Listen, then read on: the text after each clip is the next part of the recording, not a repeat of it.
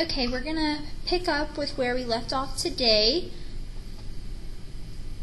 and that's going to be settling the Chesapeake. So you want to open up your outlines to Chapter 2, and we'll pick up with settling the Chesapeake. Now when I talk about the Chesapeake, I'm referencing the Chesapeake Bay,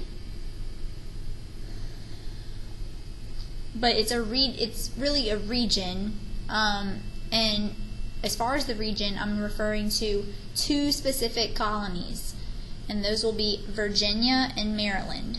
We're going to talk about both of them right now. We will start with Virginia.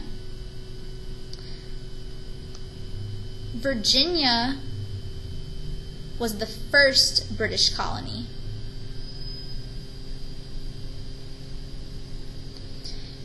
And as its population grew, there became a need to establish a government.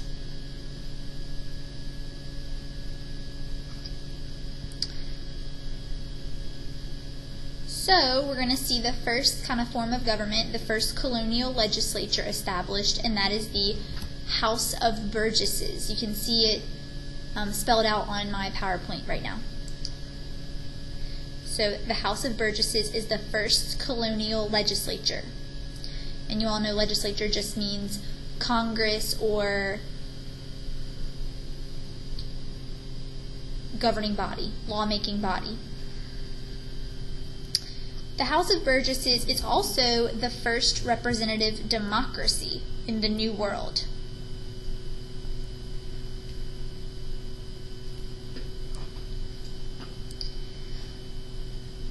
And you know, representative democracy means you elect others to vote and represent you.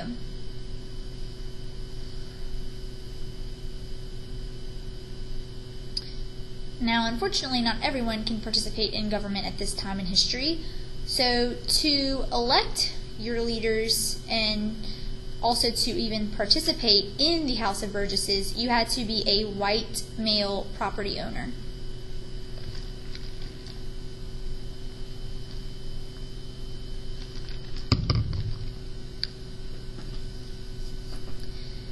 The House of Burgesses could make colonial laws and levy taxes.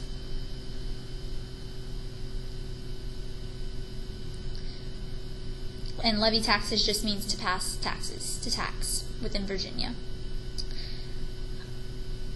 But Virginia as a colony is still going to be controlled by England.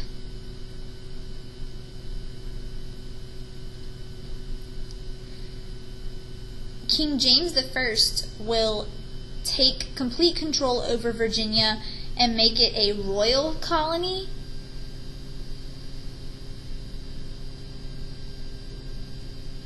And what I mean by the fact that he made it a royal colony, he established he appointed a royal governor. That would be one that the colonists could not elect on or vote on. It would be someone the king handpicked himself. So he would appoint a royal governor, and he would also establish the Anglican Church as the official church of England.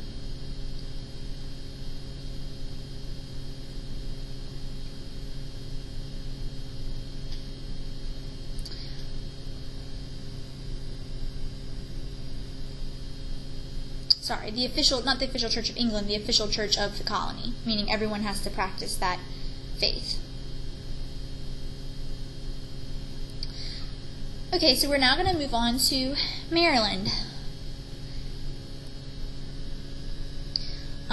King Charles I succeeded King James I. He's pictured here on the PowerPoint. And when I say succeeded, I mean that he will follow as the new king of England, King Charles. And King Charles gave a large amount of territory that bordered the Chesapeake Bay to a man named Lord Baltimore.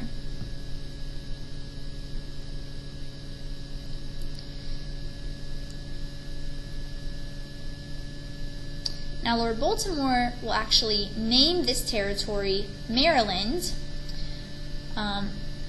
actually in honor of Charles's wife. So Lord Baltimore names it Maryland, and her name wasn't actually Mary. Her name was Henrietta Maria.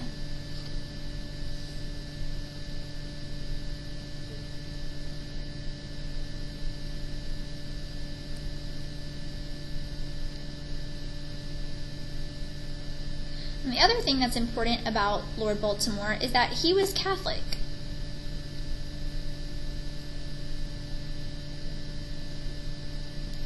And that's important because he is going to make Maryland tolerant of Catholics.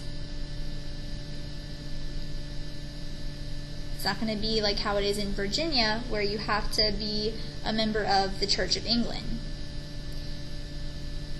Catholics will be able to practice their faith in Maryland. Side note, you probably could have guessed that Baltimore Lord Baltimore would establish Maryland because you know the city, Baltimore, Maryland. Baltimore is actually not the capital city of Maryland today. That is Annapolis, but that's just a random fact. Always find a good excuse to insert some geography.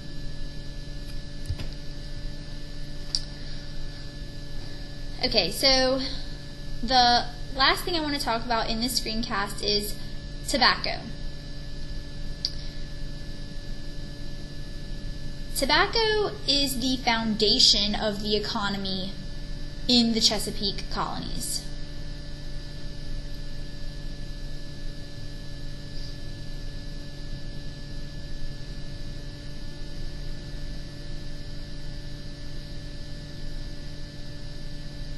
Now, here's kind of some background into that. Tobacco had only been found in the New World before the Columbian Exchange. That means that no one in England knew about tobacco before that happened. So, since Virginia and Maryland are beginning to plant and harvest this tobacco crop, now they are shipping the product to England, so the Englishmen are discovering what tobacco is, and they become addicted to it very, very quickly. This means there's a very high demand for the tobacco crop, which means the colonists who are harvesting and farming the tobacco plant are making a lot of money back in the Chesapeake colonies. There's a huge demand for this crop. It also kind of makes it to where many Englishmen are looking at the British colonies and seeing opportunity to make money. So it's going to kind of encourage more Englishmen to migrate to the New World with hopes of making money off of this economic opportunity. But if you remember, most of those who initially migrated had to come over as indentured servants because they couldn't afford their initial transportation.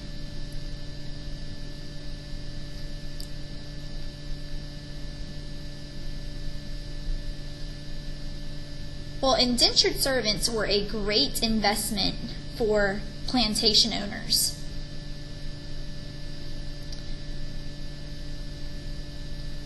Because essentially, they are able to help the farmers and plantation owners harvest a lot of crop, and then thus making the farmers and plant owners a lot of money.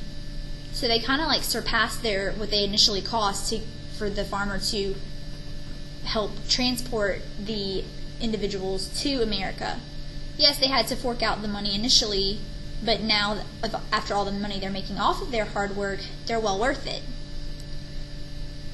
Because it was a free labor system after that initial payment. But you know that the nature of indentured servitude is that eventually they will become free. And that means that those farmers need a new plan for labor.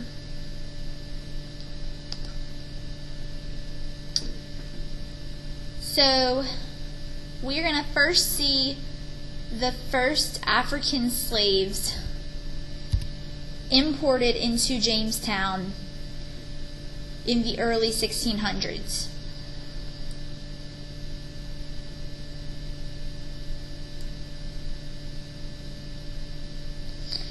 Now, even though we're seeing slavery kind of begin now, indentured servants are the main form of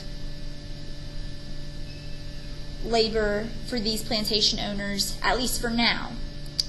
But eventually, you know, the indentured servants are going to become free, so that's when we're going to see that shift to where most plantation owners start investing in the slave labor system. But we will pick up more on that later.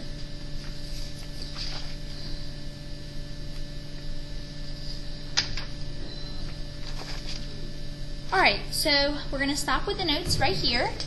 You may need to listen to this once or twice. Write down any questions you have, because I'm not going to reteach all this in class. But I hope you all have a good night, and I'll see you tomorrow.